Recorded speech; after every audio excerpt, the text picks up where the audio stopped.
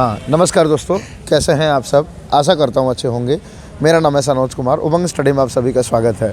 तो फ्रेंड्स, हमारे साथ मिस्टर चंदन जी हैं जो कि रेलवे में ग्रुप डी में ज्वाइन किए थे और काफ़ी लंबा अनुभव है इनका। तो सबसे पहले तो पूरा उमंग स्टडी परिवार की तरफ से आपको बहुत बहुत धन्यवाद जो आपने कीमती समय निकाला और स्टूडेंट्स के लिए आगे आए कि आपके द्वारा स्टूडेंट्स को कुछ जानकारी मिल सके ताकि वो बेहतर तरीके से अपनी तैयारियों को कर सके और उनको एक मोटिवेशन में मिल सके। तो आपका बहुत बहुत स्वागत है हमारे यूट्यूब चैनल उमंग स्टडी पर जी। तो आपसे रिक्वेस्ट है कि अपना थोड़ा परिचय दीजिए, क्या नाम हुआ और आप कहाँ से हैं। जी, उमंग स्टडी में आपका स्वागत है और मैं धन्यवाद करता हूं कि इसके लिए मुझे आपने मौका दिया। मैं चंदन कुमार, घर हाजीपुर, और मैंने रेलवे ग्रुप डी में सिग्नल एंड टेलीकॉम इंजीनियर के पोस्ट पे 2018 बैच के अनुसार 19 में ज्वाइन किया था और अभी मैं 3 साल से ऊपर का अनुभव अपना शेयर करूंगा जो मैंने पूरा कर लिया है। मैंने ज्वाइन करने के बाद सबसे पहली बात ये देखा कि यहाँ पर जो रेलवे में जितने भी अधिकारी हैं या फिर जितने भी स्टाफ हैं सब एक दूसरे से बंधे हुए हैं। दोनों में सभी में एक म्यूचुअल रिलेशन है। सब एक दूसरे के सहयोग करते हैं और हर सुख दुख में साथ देकर चलते हैं। सबसे बड़ा बात ये लगता है। भले ही आप बाहर से रेलवे को देखिएगा तो एक रेलवे एक लगेगा परिवार, लेकिन इसके अंदर लगभग 17 से ज़्यादा डिपार्टमेंट्स हैं और सभी का एक म्यूचुअल अंडरस्टैंडिंग इस तरह का है जिस तरह से आप बाहर से देखने को पता चलता होगा कि आप कोई भी रेलगाड़ी चल रही है तो उसमें आपको पता नहीं चलेगा कि कितने लोग काम कर रहे हैं, कितने डिपार्टमेंट्स काम कर रहे हैं, लेकिन सब अपने म्यूचुअल अंडरस्टैंडिंग के द्वारा एक समावेशित रूप से इसको परिचालित करते हैं, सही समय, सही सुरक्षा सभी व्यवस्था के साथ। और इसमें हमारे सहयोग में सभी लोग तत्पर रहते हैं। इस तरह हम अगर देखें तो कोई भी डिपार्टमेंट हो, भारत की या फिर दुनिया की कोई भी डिपार्टमेंट हो जिसमें आप जॉब करते हैं, उसमें रेलवे एक बेहतरीन अनुभव आपको देता है और बेहतरीन आपको पारिवारिक माहौल देता है ताकि आप यहाँ आकर अपने सपने को साकार कर सकते हैं। सबसे बड़ी बात यहाँ पर कि रेलवे एक ऐसी संस्था है जहाँ पर आप जुड़कर अपने आप को गौरवान्वित महसूस करेंगे, क्योंकि आप जहाँ भी जाते हैं, और भारत की सबसे बड़ी संस्था भी है सरकारी क्षेत्र की अगर देखें, एक पब्लिक सेक्टर की, जहाँ पर अच्छी खासी लोग जो हैं अभी भी रोज़गार इसमें अर्जित कर रहे हैं और इसके साथ अपने जीवन को आगे बढ़ा रहे हैं। रेलवे में आपको हम 3 साल का जर्नी अपना बताते हैं। शुरू में वेतन जो था लगभग 30,000 के आसपास बनता था, उसके बाद अभी 35,000 के आसपास बन रहा है टोटल पीएफ वगैरह काट कर। तो इसमें वेतन तो है ही, साथ ही साथ जो एक्स्ट्रा जो बेनिफिट्स इसका ये है कि आपके हर सुख दुख का ख्याल रखती है रेलवे। जैसे आपको मेडिकल सुविधा के लिए अलग अस्पताल खोल रखी है, आपके बच्चों को पढ़ाई के लिए अलग स्कूल की व्यवस्था है। अगर आप सरकारी स्कूल में, रेलवे स्कूल में नहीं पढ़ाना चाहते तो उसके लिए पर मंथ 2 बच्चों का खर्च देती है सरकार। फिर आपके परिवार के लिए स्वास्थ्य सुविधा उपलब्ध कराती है। इस तरह से आपको आने जाने का खर्च भी उठाती है, साल में पास पीटीओ इसके माध्यम से। तो इस तरह से हमारे परिवार में जुड़ने के बाद आपको एक अलग महसूस होगा कि नहीं, हम इस परिवार में जुड़कर खुश रह सकते हैं। हमारे हर पहलू का ख्याल रखा जाता है यहाँ पर, चाहे आपको ट्रैवलिंग का हो, आपके स्वास्थ्य का हो, आपके बच्चों को शिक्षा का हो, या फिर आपके रहने के लिए अच्छी क्वार्टर की व्यवस्था की जाती है। अच्छे स्वास्थ्य के लिए आपको अच्छे पानी, हर चीज़ की व्यवस्था की जाती है। इसके अलावा आपको एक अच्छी पैसा दिया जाता है वेतन के रूप में। आप जिस तरह काम करते हो उस तरह का वेतन भी है। इसके अलावा अब तो नए लड़कों के लिए एनपीएस की सुविधा है। एनपीएस के माध्यम से भी सरकार लोगों की भविष्य सुरक्षित करना चाहती है। हालांकि हम कर्मचारियों का हमेशा से विरोध चल रहा है इसके विरोध में कि हम लोग ओपीएस यानी ओल्ड पेंशन स्कीम लाया जाए, लेकिन ओपीएस अभी लागू हर राज्य में कहीं पर बात चल रही है, कहीं पर अभी अटकी हुई है। केंद्र सरकार और राज्य सरकार में इसके लिए बार बार झड़प भी होते रहती है, लेकिन हम लोग की यही मांग है कि हमारी भविष्य को पूरी तरह से सुरक्षित रखने के लिए ओपीएस यानी ओल्ड पेंशन स्कीम बहुत ज़रूरी है और उसे लाना चाहिए। हमारा ये मांग सरकार से भी है और हम अपने मित्रों, अपने सहकर्मियों से अनुरोध करते हैं कि इस ओपीएस की मांग को आगे बढ़ाते रहें। और यहाँ तक कि माननीय उच्च न्यायालय और उच्चतम न्यायालय ने भी कई बार यह निर्णय भी दिया है कि जो कर्मचारी हमारे भविष्य अपना पूरा इसमें लगा देते हैं, अपना जीवन व्यतीत करते हैं, हमारे लिए इतना दिन इसमें काम करते हैं, उसके भविष्य को सुरक्षित रखने के लिए ओपीएस लागू की जाए और हम लोग एक दिन ज़रूर जीतेंगे इस पर। जय हिंद, जय भारत। एक मतलब कि इस पे एक कंक्लूजन जरूर रखना चाहेंगे अपना ओपिनियन कि बेसिकली जो हम लोग रेल परिवार कहते हैं तो सच में मतलब रेलवे जो है वो अपने कर्मचारियों को परिवार की तरह, सदस्य की तरह मानती है और उनके हर एक सदस्य का पूरा ख्याल रखती है। एक आपसे एक सवाल है, जैसे कि अभी इस वीडियो को बहुत सारे ग्रुप डी 2019 के स्टूडेंट्स देखेंगे जिनकी दौड़ की प्रक्रिया अभी चल रही है, या फिर जैसे कि उनकी कुछ स्टूडेंट्स की दौड़ पूरी हो चुकी है। जी जी। तो बताइए दौड़ के बाद आगे उन स्टूडेंट्स की प्रक्रिया किस प्रकार से आगे बढ़ेगी और अभी से उन स्टूडेंट्स को क्या तैयारियां करनी चाहिए दौड़ के बाद की? देखिए, जैसे अभी रेलवे में अभी इस बार जो लगभग 1 लाख से अधिक लेवल 1 की पोस्ट की वैकेंसीज़ थी, जिसके लिए उन्होंने परीक्षा आयोजित किया और उसके बाद अभी सभी का रिज़ल्ट भी घोषित कर दिया गया और पीईटी की परीक्षा जारी है। कई बोर्ड ने, कई जोन ने अपना पीईटी का रिज़ल्ट भी प्रकाशित कर दिया और कई पर अभी जारी भी है, अभी जनवरी माह तक चलेगी। और जैसा कि रेलवे मंत्रालय का कड़ा आदेश है कि अप्रैल मई तक फाइनल ज्वाइनिंग इन लोगों का हो जाना चाहिए। तो इसमें जो अगला पड़ाव, अभी वो लोग फिजिकल की जो भी तैयारी कर रहे हैं उनको फिजिकल क्वालिफाई करना होगा। जैसा कि आप जानते हैं इसमें 1 किलोमीटर का रेस है लड़कों के लिए 4 मिनट 15 सेकेंड में, और यहाँ पर 35 केजी वेट का 100 मीटर का है 2 मिनट में। तो ये फिजिकल क्वालिफाई करने के बाद उनका अगला पड़ाव डॉक्यूमेंट वेरिफिकेशन का आएगा, जिसमें जो लड़कों का मेरिट बनेगा, जो क्वालिफाई होंगे इस फिजिकल में, उसके बाद उनका मेरिट बनेगा और उनको डॉक्यूमेंट वेरिफिकेशन के लिए बुलाया जाएगा। डॉक्यूमेंट वेरिफिकेशन में जो भी डॉक्यूमेंट मांगा जाता है उसका लिस्ट आपको नोटिफिकेशन में दे दिया गया है। सारी चीज़ें अपने कैटेगरीज वाइज, जैसे आप कास्ट सर्टिफिकेट हो गया, ओबीसी सर्टिफिकेट हो गया, एससी के लिए अपना कास्ट सर्टिफिकेट हो गए, फिर आपको जनरल जो लोग हैं ईडब्ल्यूएस में उनके सर्टिफिकेट होंगे, उसके अलावा जो भी क्वालिफिकेशन है, एजुकेशनल क्वालिफिकेशन का सर्टिफिकेट, ये सारी चीज़ें आपको वेरीफाई करवाई जाएगी और पैनल जारी किया जाएगा। पैनल के बाद जिनका भी फाइनल होगा उनको मेडिकल होता है और उसके बाद ज्वाइनिंग होती है।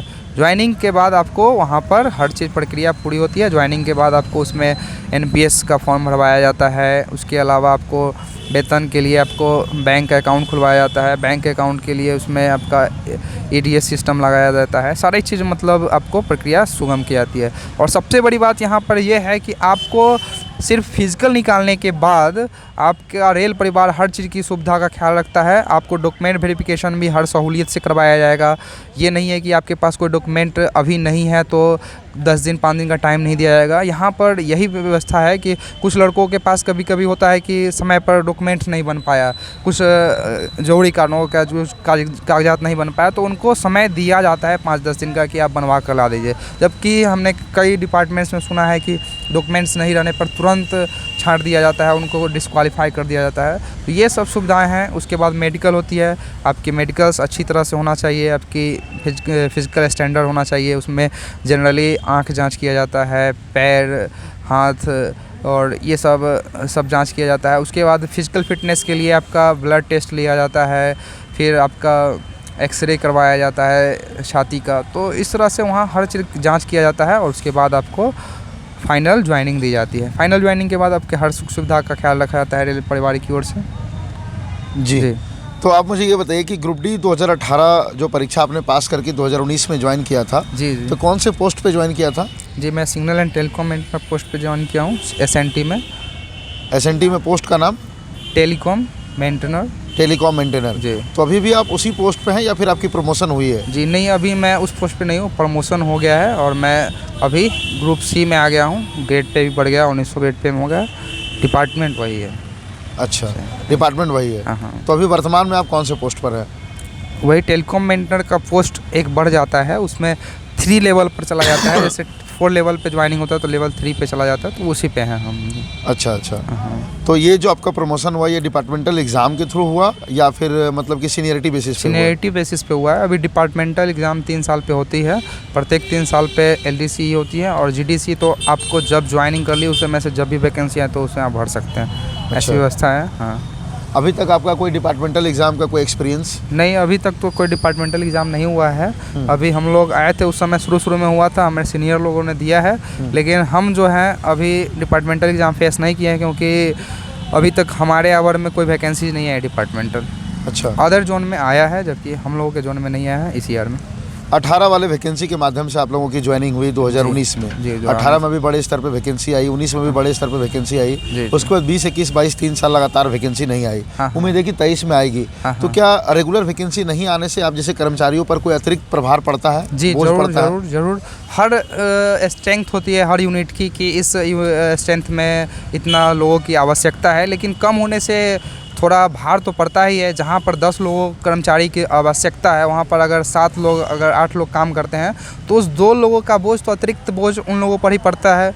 और जैसा कि 19 में वैकेंसी आई थी और 20-21 ये सब कोरोना काल रहा, जिसके कारण वैकेंसी पूरी नहीं हो पाई। और अब तो एक्सप्रेस मोड में और त्वरित कार्रवाई करते हुए रेलवे ने अपना कार्य को आगे बढ़ाया और वैकेंसी को पूरा कर रहा है।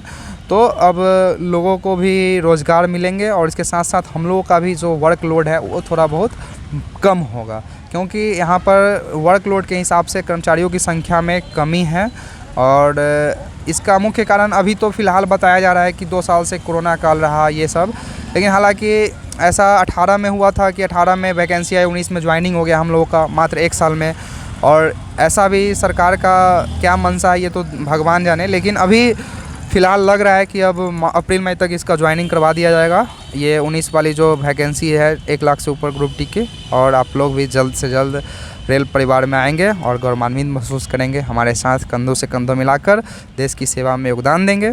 जैसा कि आप जानते हैं कि रेलवे एक भारत सरकार की सार्वजनिक सेवा है और यह हमारे देश का रीढ़ माना जाता है, यह जीवन रेखा है। और यह जीवन रेखा के माध्यम से हम माल की ढुलाई, यात्रियों का एक जगह से दूसरी जगह ले जाना, यह हमारे देश में एक नर्व सिस्टम है। जिस तरह से हम लोगों का ब्लड एक जगह से दूसरी जगह जाता है, उसी से हम जीवित रहते हैं, उसी तरह पूरा देश में हमारा सर्कुलेशन सिस्टम है ये, और इसके माध्यम से हम लोग देश की सेवा करते हैं। और एक तरह से हम लोग बॉर्डर पर जाकर नहीं बल्कि यहाँ पर भी देश की सेवा करते हैं, सही समय पर माल ढुलाई कर कर। और एक मैं कहानी साझा करना चाहूँगा। 2021 में आप लोगों ने पेपर में पढ़ा होगा कि कोयला संकट आया था, ऊर्जा संकट हो गया था पूरा देश में, जिस समय हर एक एनटीपीसी संस्थाओं में कोयला की कमी हो गई थी और ऐसा लग रहा था कि 2 से 3 दिनों के अंदर में बिजली की खपत कट हो जाएगी, क्योंकि हर एनटीपीसी सेक्टर में कोयला की कमी हो गई थी। और उस समय हमारे रेल कर्मचारियों ने अनवरत कार्य करते हुए हमारे रेलवे का पूरा आदेश आया कि हमारा जो भी मालगाड़ी है कोयला की लोड हुआ वह 1 मिनट भी रुकना नहीं चाहिए, और इस तरह से व्यवस्था की जाए ताकि वह अनवरत चलते रहे। और हम लोगों ने रात दिन काम करके पूरा स्टॉक को मेंटेन करवाया। इस तरह से आप देख सकते हैं कि हम लोगों ने एक तरह से देश की सेवा की। और आप जान सकते हैं कि ऊर्जा संकट अगर आ जाती तो क्या क्या प्रभाव पड़ता। उस ऊर्जा से ही हमारा अस्पताल चलता है, हमारा फैक्ट्रियाँ चलती है और हमारे घरों में रोशनी बलती है। अगर वो 2 दिन के लिए भी बंद हो जाए तो समझ सकते हैं कि करोड़ों अरबों का नुकसान होता और हमारा देश कितना पीछे जा सकता था। इसमें हम लोगों ने सहयोग किया है। इस तरह से आप लोग भी आइए, आगे इस तरह से देश की सेवा करने का मौका मिलेगा रेलवे के माध्यम से। रेलवे एक परिवार है और आप लोगों के आने का इंतज़ार है हम लोगों का। धन्यवाद। आज का आखिरी सवाल कि ग्रुप डी में जब आप जॉब करते थे तो उस समय आप काम क्या करते थे, और जब आपका प्रमोशन हुआ ग्रुप सी में तो आपके काम में कोई बदलाव आया या फिर आज भी आप वही काम करते हैं? काम में जो है थोड़ा बहुत बदलाव आता है सीनियरिटी के आधार पर, लेकिन काम जो डिपार्टमेंट के हिसाब से होता है, जिस डिपार्टमेंट में हैं आप उसी डिपार्टमेंट का काम जो आता है उसको करना होता है आपको रोस्टर माध्यम से। काम में विशेष कोई बदलाव नहीं आता है सीनियरिटी के आधार पे। हाँ, कुछ 2-3 प्रमोशन के बाद कुछ बदलाव आता है जब आप इंचार्ज लेवल पर चले जाते हैं। जब आपको काम करवाना होता है किसी से, आपके अंदर में 15 से 20 कर्मचारियाँ होते हैं, जो कर्मचारी को आपको आदेश देना होता है और उसके साथ रहकर काम करवाना होता है। तो फिलहाल आप वर्तमान में क्या करते हैं? वर्तमान में अभी हम वर्तमान में जो रेलवेज़ हैं, रेलवे के पटरियाँ हैं, रेलवे के जो वायर हैं उसको मेंटेन रखना होता है, उसको सभी को सही समय पर रख रखाव उसका देखभाल करना होता है ताकि वो सुरक्षित रहे और सही ढंग से काम करता रहे। ठीक है, और कोई फाइनल मैसेज? फाइनल मैसेज यही देना चाहूँगा कि आप लोग भी अच्छे मेहनत कर फिजिकल क्वालिफाई करें, फाइनल मेरिट में आएँ और फिर अपने रेलवे परिवार को जुड़ें, ज्वाइन करें और देश की सेवा करें। आपका आगे और आखिरी का फाइनल सपना क्या है, ड्रीम क्या है?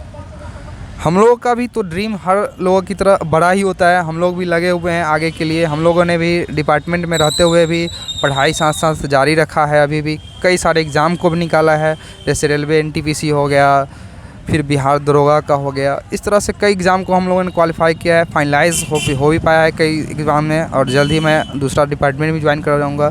तो इस तरह से आप यहाँ पर आकर भी अपने आगे के जीवन में अगर पढ़ना चाहते हैं, जिनका ललक है कि हम अपने आगे जीवन में बढ़ें, तो यहाँ पर रह के भी आप पढ़ाई कर सकते हैं और आगे बढ़ सकते हैं जीवन में। ऐसा नहीं है कि आप यहाँ आ गए तो फिर आपका जीवन यहीं से रुक गया है, आप आगे भी बढ़ सकते हैं यहाँ से। आप ऐसा उदाहरण सेट है कि यहाँ से आकर लड़का DRM तक भी गया है, लोग निकाला है एग्ज़ाम। सिर्फ आपके दिल में वो आग होनी चाहिए, दिल में आग होनी चाहिए, और फिर आप आगे जीवन में जहाँ तक बढ़ना चाह सकते हैं वहाँ तक बढ़ सकते हैं। और इसमें अधिकारी लोग आपको बहुत सहयोग करते हैं। यहाँ पर पढ़ने वाले लड़कों के लिए कुछ भी नहीं बोलते हैं, वो लोग समय पर उनको हर सुविधाएं, समय पर हर चीज़ मुहैया कराते हैं। तो NTPC में आप कहाँ तक पहुँच पाए? NTPC में लेवल 6 का फाइनलाइज तक गया था, मेरिट नहीं बना, और लेवल 5 का भी रिज़ल्ट नहीं आया है। उसमें भी एक टाइपिंग पोस्ट था, उसमें टाइपिंग में गड़बड़ हो गया है, बाद बाकी चल रहा है। Level 2 level 3? लेवल 2 3 में रिजल्ट नहीं हुआ। अच्छा, ग्रुप डी 2019 दूरीस नहीं दिए। अच्छा जी, ठीक है। बहुत बहुत धन्यवाद अपना कीमती समय देने के लिए। आपका भी धन्यवाद। तो फ्रेंड्स, काफ़ी अच्छा लगा। आपने देखा कि कई सारी महत्वपूर्ण और अहम जानकारियाँ थी जो कि स्टूडेंट्स के बीच में आप लोग कह सकते हैं कि मिथ बना हुआ होता है। हम लोग हमेशा अपने इस तरह से प्रयास करते हैं कि जो जेन्युइन इन्फॉर्मेशन है, जो रॉ इन्फॉर्मेशन है, वैसे इन्फॉर्मेशन आप सभी स्टूडेंट्स तक हम लोग पहुंचा सके। और इनको भी उमंग स्टडी से काफ़ी हेल्प हुई थी, तो आज ये खुद आगे आए कि नहीं, जो उमंग स्टडी से हमारी हेल्प हुई है, तो आज हम लोग भी कुछ जानकारियाँ साझा करना चाहते हैं, ताकि उमंग स्टडी से जो जुड़े हुए स्टूडेंट हैं, जब हम लोग ऐसे स्टूडेंट के तौर पर जुड़े हुए थे, हम लोगों का हेल्प हुआ था, तो आज आप लोगों के लिए हेल्प के तौर पर ये आ गया है। तो कोई भी ऐसे रेलवे कर्मचारी जो हमसे इंटरव्यू देना चाहते हैं, आप हमसे दूर हैं, तो हमारा ईमेल आईडी है studyumang@gmail.com। आप हमें मेल कर सकते हैं अपना कॉन्टैक्ट नंबर के साथ। तो पॉसिबल हो पाएगा तो हम लोग आपको जूम वीडियो कॉल के थ्रू आपका इंटरव्यू ज़रूर से ज़रूर करेंगे, ताकि आपके माध्यम से ज़्यादा नए विद्यार्थियों को फ्रेश और अपडेटेड जानकारियाँ मिल सके। तो इस सेशन में जो भी जुड़े उन सभी का बहुत बहुत धन्यवाद। मिलते हैं कोई नेक्स्ट सेशन में, तब तक के लिए जय हिंद, जय भारत।